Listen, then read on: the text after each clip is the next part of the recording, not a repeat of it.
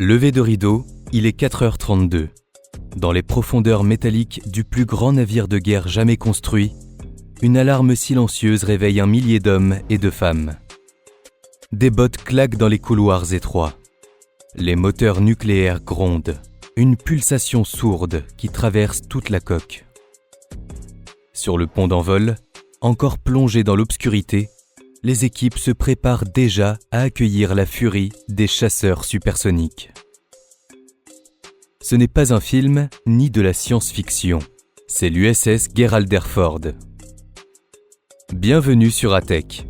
Aujourd'hui, nous allons faire un voyage à bord de cette ville flottante, longue de 337 mètres, capable de frapper n'importe où sur la planète en moins de 48 heures. Un mastodonte dont la silhouette se fond à l'horizon, mais dont la puissance, elle, ne passe jamais inaperçue. Chaque centimètre carré de cette forteresse est pensé pour l'efficacité, la rapidité et l'endurance. Comment cette merveille d'ingénierie a-t-elle été conçue ? Comment des milliers de personnes vivent-elles en autarcie dans un environnement aussi exigeant ? Et surtout, quels sont les défis humains et technologiques auxquels ce colosse est confronté au quotidien ? Les réponses dans cette vidéo. C'est parti. Le Ford est avant tout une démonstration de force, un message flottant envoyé à toutes les puissances rivales du globe.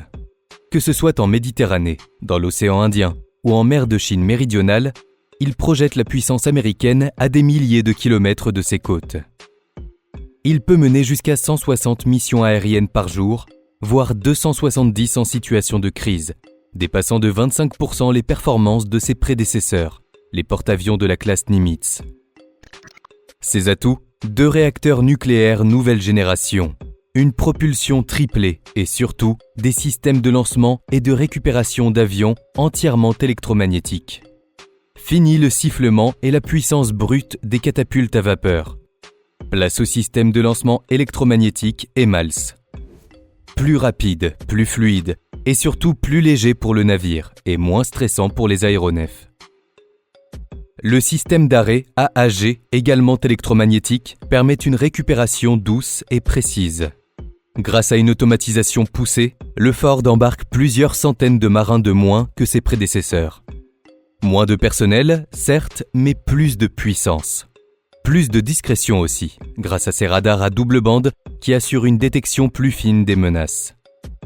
C'est un véritable bond technologique, fruit de plus de 20 années de recherche et d'un investissement colossal de plus de 13 milliards de dollars.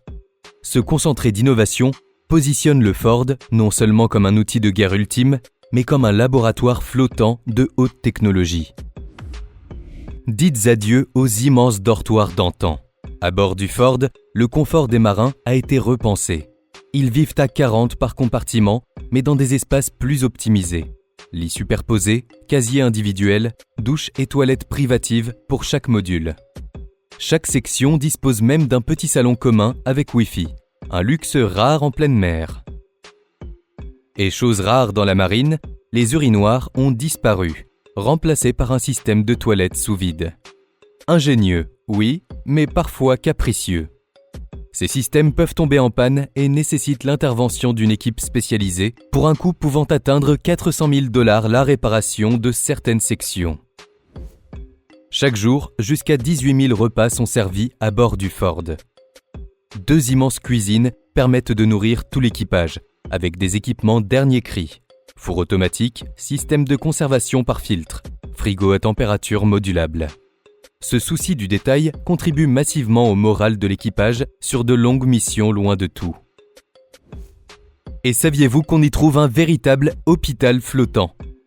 Avec son service d'urgence, son unité en soins intensifs, son bloc opératoire et plus de 40 lits, il est capable de gérer des situations médicales complexes. Une équipe médicale complète veille à la santé des équipages 24 heures sur 24. Côté bien-être, les marins disposent de plusieurs salles de sport équipées avec des cours collectifs, des bibliothèques et des espaces de loisirs. Des programmes de soutien psychologique sont également en place, avec des psychologues militaires formés au contexte de stress extrême. Debout à l'aube, la journée commence tôt chez les marins. Après le rassemblement du matin, appelé muster, chaque marin rejoint son poste. Tenue impeccable, gestes précis, tout est chronométré. Les emplois du temps sont serrés et les erreurs rares. Les journées sont longues, souvent entrecoupées d'alertes simulées ou réelles. Certains marins effectuent des cycles de travail de 12 heures, parfois sans voir la lumière du jour. L'entretien des systèmes est une tâche continue. Dans les ponts techniques, les électriciens et les techniciens inspectent sans relâche les réseaux, les réacteurs, les radars et tout autre mécanisme qui pourrait nuire au bon fonctionnement de ce géant. Rien n'est laissé au hasard. Sur le pont d'envol, c'est le cœur battant du navire. Ici, les opérations aériennes se font dans un ballet silencieux à la langue des signes. Les t-shirts colorés identifient les fonctions. Jaune pour les directeurs de pont, rouge pour les munitions, bleu pour les arrimeurs. FA-18 Super Hornet, E-2D Hawkeye, hélicoptère Sea-Hawk. Tout est orchestré comme une chorégraphie militaire de précision, une danse constante de décollage et d'appontage. La formation est constante et intensive. Avant chaque mission, les marins participent à des simulations grandeur nature. Attaques informatiques, drones ennemis, catastrophes humanitaires. Le programme d'entraînement appelé CompTUEX, Composite Training Unit Exercise, forge une discipline de fer et un esprit d'équipe inégalé. Ces exercices préparent l'équipage à toutes les éventualités, garantissant que chaque membre peut réagir instantanément et efficacement. Et pourtant, malgré cette rigueur et cette organisation quasi parfaite, la vie à bord n'est pas exempte de difficultés. Derrière les missions impeccablement exécutées se cachent aussi des réalités plus rudes, plus humaines. Car vivre en autarcie sur un géant d'acier pendant des mois, loin des siens, comporte aussi son lot de sacrifices. Le manque d'espace et de temps pèse lourdement. Malgré les efforts de confort, la promiscuité reste pesante. Cabines étroites, files d'attente pour les repas, douches chronométrées. Certains marins témoignent d'un sentiment d'usure mentale au fil des semaines. Ce confinement prolongé exige une grande résilience. Le bruit permanent des machines, l'absence d'intimité et les communications limitées avec les familles accentuent la sensation d'isolement. Mais c'est aussi un terreau pour la solidarité. Les longues missions isolent. Pour compenser cette absence prolongée, l'équipage attend avec impatience les journées famille et amis, où 1700 proches peuvent embarquer le temps d'une visite. Des instants précieux dans une vie rythmée par l'absence, offrant un répit émotionnel salutaire.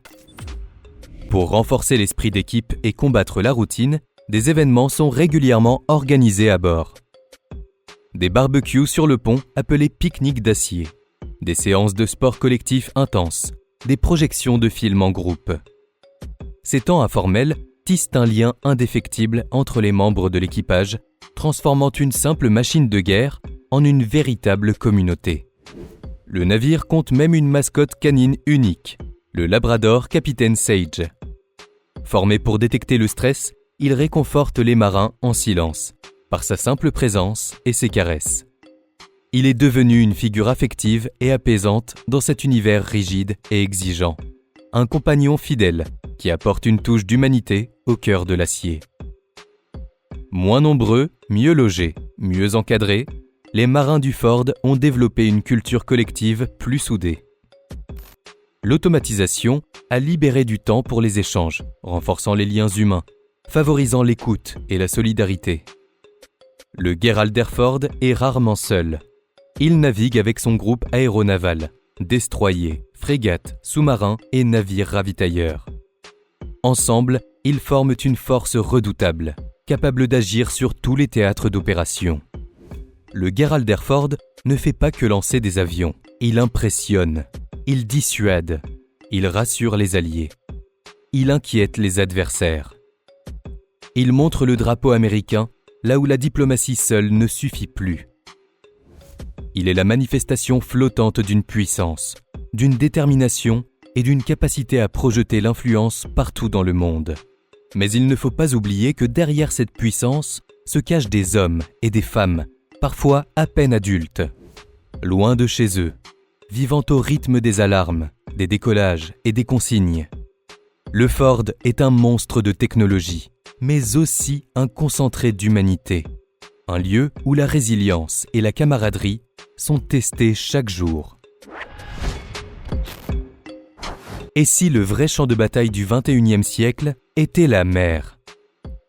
Une chose est certaine, tant que le Geralder Ford navigue, l'équilibre mondial continue d'être influencé par sa présence. Qu'avez-vous pensé de cette immersion à bord du géant des mers? Partagez vos réflexions et questions dans les commentaires. Et si cette vidéo vous a fasciné, n'oubliez pas de laisser un pouce bleu et de vous abonner pour ne manquer aucune de nos prochaines vidéos.